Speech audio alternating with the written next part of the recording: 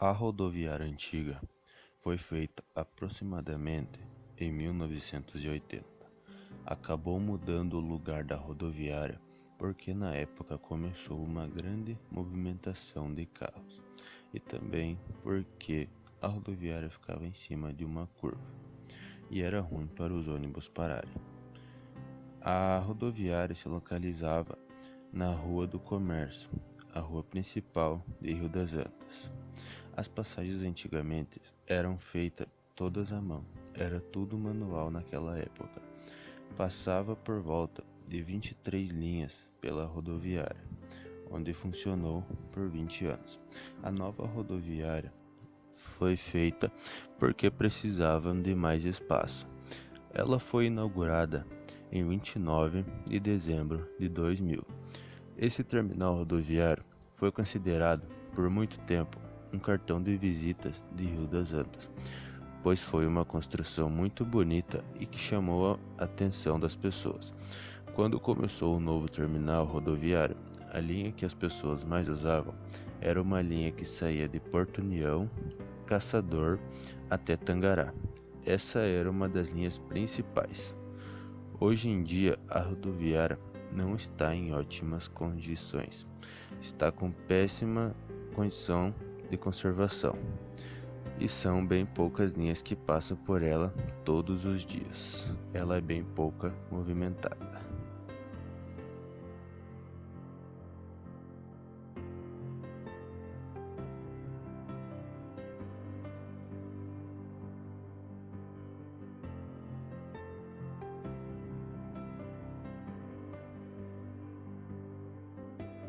A Estação Vila de Rio das Antas foi fundada em 1º de maio de 2010.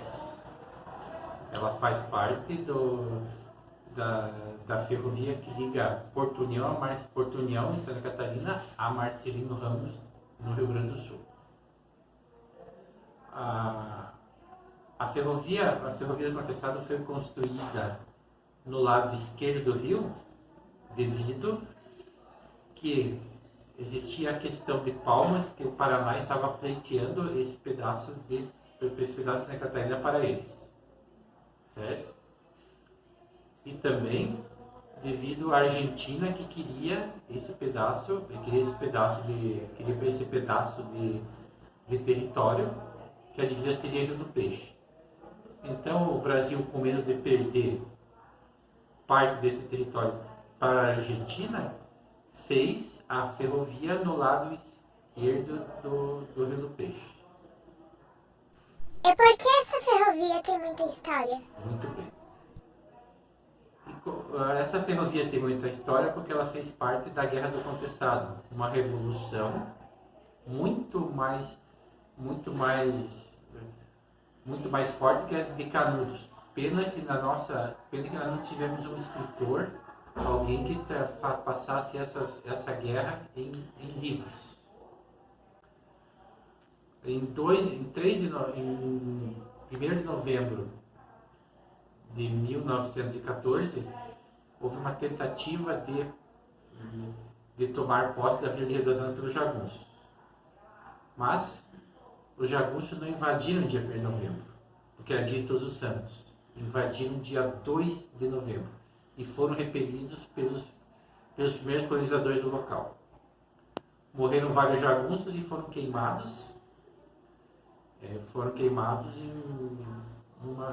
uma fogueira. Rio das Antas é uma cidade que tem muitos monumentos históricos. Temos a Ponte de Ferro, que é um cartão de visita muito bonita. Temos a própria estação municipal e temos uma caixa d'água que fica a 1.000 metros da estação ferroviária, que abastecia os trens com água. O Rio das Antas possuía três estações de Gramados, a de Gramados, de Pomeia e a de Rio das Antas propriamente dita. Entre Caçador e Rio das Antas existiam mais 2 estações de trem que hoje que não existem mais hoje. Começou, vai!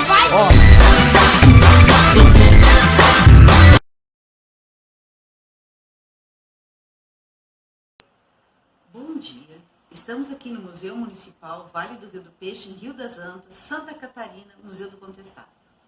Outro dia eu estava lendo um livro que o professor Arthur de História me emprestou, que era sobre um dos últimos redutos, que não era João Maria, mas era conduzida por uma mulher que também existiu aqui em Rio das Antas, ao qual eu fiz parte. Tem muitas lendas, muitos mitos, muitas mentiras, muitas verdades a respeito da comunidade Ananda. E o que foi essa comunidade Ananda e qual a importância que teve na cultura do município? Eu posso dizer para vocês que era algo interessantíssimo. Quando eu morava no Rio Grande do Sul, eu chegava todo dia aqui no barzinho da Dona Regina, pegava o ônibus, chegava ali, tinha os passarinhos comendo. Eu acho ainda essa cidade uma poesia. Tomava um cafezinho quentinho da Dona Regina, que era um ponto turístico antigo. Para mim era como se fosse a rodoviária. Seria um ponto assim. Depois nos reunimos com as pessoas que vinham do sul e subimos caminhando 2,5 km até chegar na comunidade Ananda. Passava pelo Marco do Contestado, feliz da vida. Por quê? A nossa crença era que em algum lugar do mundo existiriam pessoas que só falassem a verdade, que curassem das patologias, das nossas doenças através de remédios, ervas, remédios naturais, e que fosse um grupo de pessoas que pensassem como eu. No caso, era o que eu acreditava lá no Rio Grande do Sul. Na época tinha uma clínica lá no Rio Grande do Sul, onde tinha desde academia, restaurante, médicos, ortomolecular, era um spa. E isso, eu disse assim, não, eu não quero mais isso, eu quero um lugar onde as pessoas sejam bondosas, verdadeiras, que curam. E isso foi que eu descobri algumas mensagens. Já eu acompanhava um outro canal, que a gente chama canal, essas pessoas que canalizam seres de outras dimensões de consciência. E eu acompanhava a Margaret Prophet do Canadá, já estava quase de partida, quando descobri Canadá, Rio das Antas, Rio das Antas! E foi muito legal. Eu vivi dentro da comunidade 8 anos. E o que acontecia na comunidade? O que chamava essas pessoas de vários países, né? Passava pessoas da Suécia, do Chile, da Argentina, tudo isso em volta de uma pessoa, como na época do João Maria. Nós ficávamos todos em volta de uma pessoa a qual canalizava mensagens de seres extraterrestres, de mestres ascensionados, e depois até mesmo nós também, alguns dos integrantes também fazíamos isso. E vivíamos lá como uma cooperativa de pessoas. Por exemplo, se tivesse um almoço, todo mundo fazia um prato, se reunia naquela casa. As reuniões, nós íamos para o templo onde nós rezávamos. Então, rezávamos as orações, era uma comunidade cristã. Seguíamos os preceitos cristãos. Não diríamos assim, é esta igreja ou aquela igreja, éramos cristãos. Acreditávamos como Jesus como um ser extraterrestre, que é além da Terra. Extraterrestre para nós é seres que vivem numa dimensão de consciência e que veio até um planeta chamado Terra para ensinar ao nosso povo primitivo coisinhas básicas, como não olhar para a mulher do próximo, vou fazer os mandamentos básicos, assim, né? Coisinhas básicas. E dentro dessa comunidade nós tínhamos que viver 100% o que estava escrito ali. Então, não era só como uma igreja onde você vai e ouve. Não, nós lá praticávamos. E no dia a dia, com os filhos, com o vizinho, com qualquer pessoa que chegasse lá. E nisso vinha ônibus, excursões de vários lugares, de outros países. Já chegou a ter ali 22 famílias, casinhas para 22 famílias. E todos entre si conversando e tentando dar o melhor de si, em torno de um líder na época que era Sheila.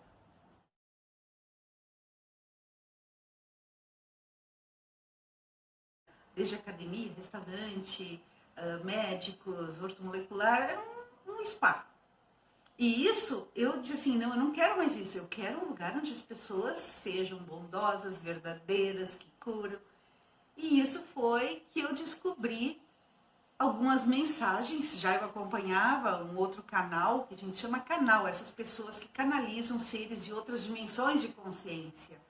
E eu acompanhava a Margaret Prophet do Canadá, já estava quase de partida, quando descobri Canadá, Rio das Antas, Rio das Antas! E foi muito legal. Eu vivi dentro da comunidade 8 anos. E o que acontecia na comunidade? O que chamava essas pessoas de vários países, né? Passava pessoas da Suécia, do Chile, da Argentina, tudo isso em volta de uma pessoa, como na época do João Maria. Nós ficávamos todos em volta de uma pessoa a qual canalizava mensagens de seres extraterrestres, de mestres ascensionados, e depois até mesmo nós também, alguns dos integrantes também fazíamos isso. E vivíamos lá como uma cooperativa de pessoas, por exemplo, se tivesse um almoço, todo mundo fazia um prato, se reunia naquela casa. As reuniões, nós íamos para o templo onde nós rezávamos. Então, rezávamos as orações, era uma comunidade cristã. Seguíamos os preceitos cristãos. Não diríamos assim, é esta igreja ou aquela igreja, éramos cristãos. Acreditávamos como Jesus como um ser extraterrestre, que é além da Terra. Extraterrestre para nós é seres que vivem numa dimensão de consciência e que veio até um planeta chamado Terra para ensinar ao nosso povo primitivo coisinhas básicas, como não olhar para a mulher do próximo, vou fazer os mandamentos básicos, assim, né? Coisinhas básicas. E dentro dessa comunidade nós tínhamos que viver 100% o que estava escrito ali. Então, não era só como uma igreja onde você vai e ouve. Não, nós lá praticávamos. E no dia a dia, com os filhos, com o vizinho, com qualquer pessoa que chegasse lá. E nisso vinha ônibus, excursões de vários lugares, de outros países. Já chegou a ter ali 22 famílias, casinhas para 22 famílias. E todos entre si conversando e tentando dar o melhor de si, em torno de um líder na época que era a Sheila. Nesse documentário, iremos falar sobre os pontos turísticos de Rio das Antas. Rio das Antas. Em 21 de junho de 1958, foi criado o município de Rio das Antas, desmembrado o município de Caçador e abrangendo parte do território de Videira. O município foi instalado definitivamente no dia 27 de julho de 1958, em ato solene com seu prefeito provisório, o Sr. Luiz Bini. Em 31 de janeiro de 1959, transmitiu o cargo para o Sr. Avelino Antônio Sela, primeiro prefeito eleito do município, o qual governou até 31 de janeiro de 1963. O portal. O município de Rio das Antas precisava de algo para simbolizar a cidade, e então resolveram construir o portal, com o nome de Rio das Antas, e colocar uma anta para demonstrar que o nome da cidade surgiu por haver muita anta na cidade, e foi assim que surgiu o portal de Rio das Antas, com as antas, o trem e a Guerra do Contestado. O museu. No dia 28 de agosto de 1909, os trilhos chegaram à estação de Rio das Antas. Em 1910, foi aberto com o nome de Campos Novos. Era ali na época Campos Novos, que acontecia a carga e a descarga dos trens. Desativado nos anos de 1980 e em 2004, foi pintado de marrom, pois havia uma escola ali. Por consequência da destruição causada pela enchente, os trens haviam parado de passar. Isso foi em 1953. Mazute. A Mazute foi fundada em 1994 pelo Sr. Valdemar e a Sra. Mercedes, que deixaram o Rio Grande do Sul para trabalhar em Caçador no ramo da erva mate, supervisionando e realizando as podas dos ervais nativos da região. Na década de 90, adquiriram um soque de erva mate pequeno e instalaram no porão de casa, onde à noite eles mesmos realizavam todo o trabalho de socagem e empacotamento. Sr. Valdemar, durante o dia, comprava erva mate in natura, junto de outras pessoas, realizavam a poda e após transportar para Rio das Antas, cidade mais próxima de Caçador, existia uma indústria ervateira para realizar a secagem da erva. Em 21 de janeiro de 1994, surgiu a marca derivada do sobrenome de Valdemar. Em 28 de fevereiro de 1995, surgiu a oportunidade do casal comprar as instalações da extinta ervateira Galpão, aquela em que era realizado o processo da secagem, localizada em Rio das Antas. Aí então transferiram de Caçador para Rio das Antas. Hoje, Mazute possui um moderno Parque Fabril, que é referência em qualidade e higiene e está localizado em Rio das Antas, às margens da SC 135. Campo Avaí. Avaí Futebol Clube de Rio das Antas, fundado em 10 de maio de 1942. O gramado do campo, que durante anos foi muito bem cuidado por Conibelto, o Elk, o popular Cone, além, é claro, do centenário Árvore do Angico, que está no local, antes mesmo da existência do campo, que atualmente é carinhosamente chamado de Baixada do Angico. O Avaí é o maior vencedor de campeonatos municipais de futebol de Rio das Antas, contabilizando 5 conquistas. Um título de grande expressão no passado foi o Campeonato da Região de Futsal do AMARP, 1975 a 1976. As datas mais históricas foram 10 de maio de 1942, a fundação do Campo Avaí, 18 de maio de 1932, fundação da Sociedade Recreativa e Beneficente Avaí, 28 de setembro de 2011, Associação Recreativa Avaí com alteração no Estatuto, após um período em inatividade no futebol, inclusive com um certo abandono da tal linda praça esportiva, a equipe retornou às disputas de competições no ano de 2017. O atual diretor responsável pelo campo, Guilherme Cherubim, que juntamente com a diretoria e colaboradores assumiu em 2017, coordenou uma série de melhorias na praça esportiva. Atual presidente da agremiação é Vitor Hugo Cherubim, pai de Guilherme. O Paraíso das Aves destaca-se pela criação e comércio, possuindo o maior plantel de aves aquáticas do Brasil. 114 espécies de aves aquáticas tais como 4 espécies de cisnes, 25 espécies de gansos, 12 espécies de marrecos, 73 espécies de patos, 24 espécies de fazões, 5 espécies de pavões. Ao adquirir essas aves, você terá a certeza que as mesmas são de alta qualidade e que estão devidamente cadastradas no IBAMA. Porém, é um lugar privado, porque para poder conhecer essas lindas aves, você terá que pagar em torno de uns R$10. O Marco do Contestado.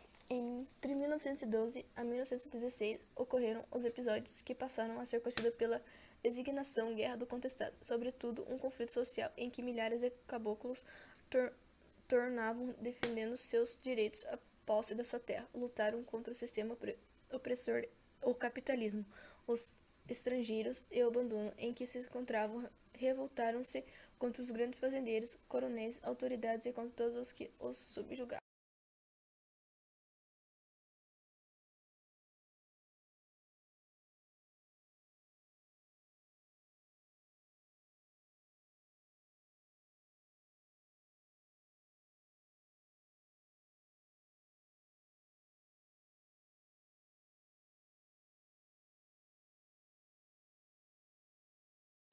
O grupo de dança Raízes teve seu início em uma missa, com o principal objetivo de resgatar costumes e crenças da tradição gaúcha, convidando assim crianças e jovens de uma comunidade carente do nosso município que admiravam essa tradição.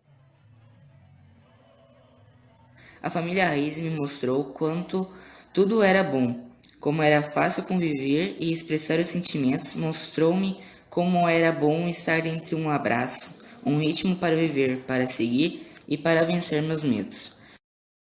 O grupo nos aceitou de uma forma inexplicável. Também somos um grupo que se esforçou muito para chegar aos 5 anos. Tivemos que ter muita fé e força, mas com os resultados de todo o nosso esforço e principalmente da nossa coordenadora, é nos palcos levando o nome Raízes no peito que eu sempre quero estar. Olá, pessoal! Quero falar com vocês da importância de um grupo de danças para crianças, adolescentes e jovens.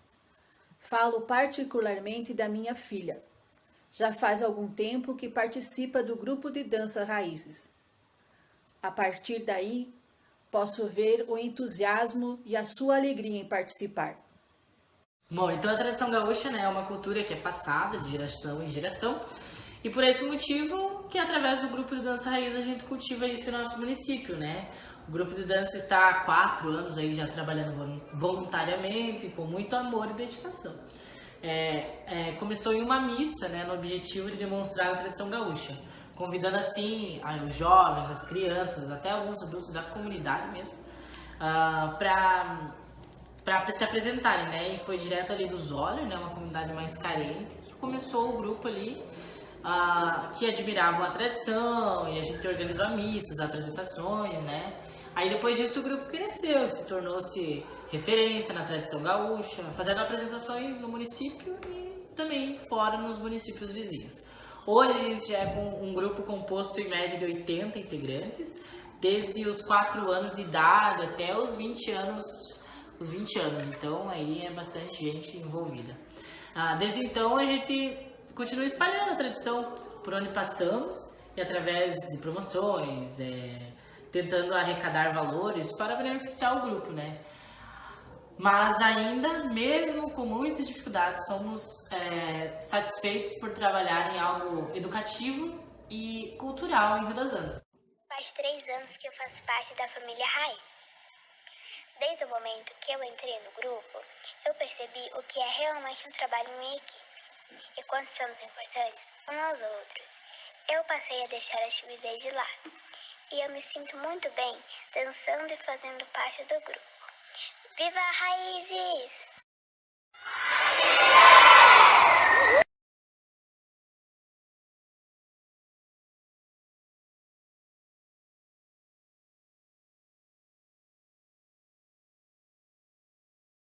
A pedreira, hoje localizada às margens da BR-153 em Rio das Antas, ficou conhecida nas décadas de 70, 80 e 90 por ser a maior mineradora do meio oeste catarinense. A mineradora foi construída para atender uma demanda de 4.000 metros cúbicos de pedra mensal. Sua maior consumidora era a rede ferroviária, que fechou o contrato com a pedreira em 1998.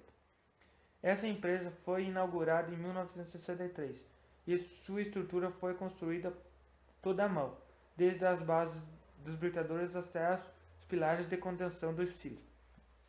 Sua linha de produção era bem estruturada, contava com ótimos britadores e tinha cerca de 100 funcionários. Naquele tempo ainda não existia energia elétrica, então para tocar os geradores e os compressores de ar eram necessários motores a diesel. Funcionários antigos nos relatam que naquele tempo era muito sofrido, pois não existiam rompedores para quebrar as peças, só existiam os furadores chamados de martelos. Tempos depois, com a chegada das novas máquinas ou com a industrialização, cerca de 50 funcionários foram mandados embora, pois na ideia dos donos da Arbritex, a máquina fazeria o mesmo serviço que o funcionário em menos tempo e com menos custo financeiro. Agora vamos falar como iniciou a empresa Arbritex nos anos de 1963, na localidade da Pedreira, no município de Rio das Antas. Estamos falando com uma pessoa que nasceu e se criou no local até o momento. Pois então, o pai, o avô dessa pessoa trabalhava na pedreira, com bois e carroças para puxarem as pedras para fazer o alicerce dos britadores, que seriam feitos para britagem. Pois mais tarde foram colocando a luz, que então já foi ficando cada vez melhor para os funcionários e patrões, que já não mais sofreriam tanto. Pouco a pouco foram comprando caminhões e máquinas e outros tipos de equipamentos. Pois dali, uns 3 anos, foram dando empregos e mais empregos. Teve uma época que tinham 150 funcionários, sendo uns que moravam nas casas da própria empresa e outros vinham do município e outros dos interiores.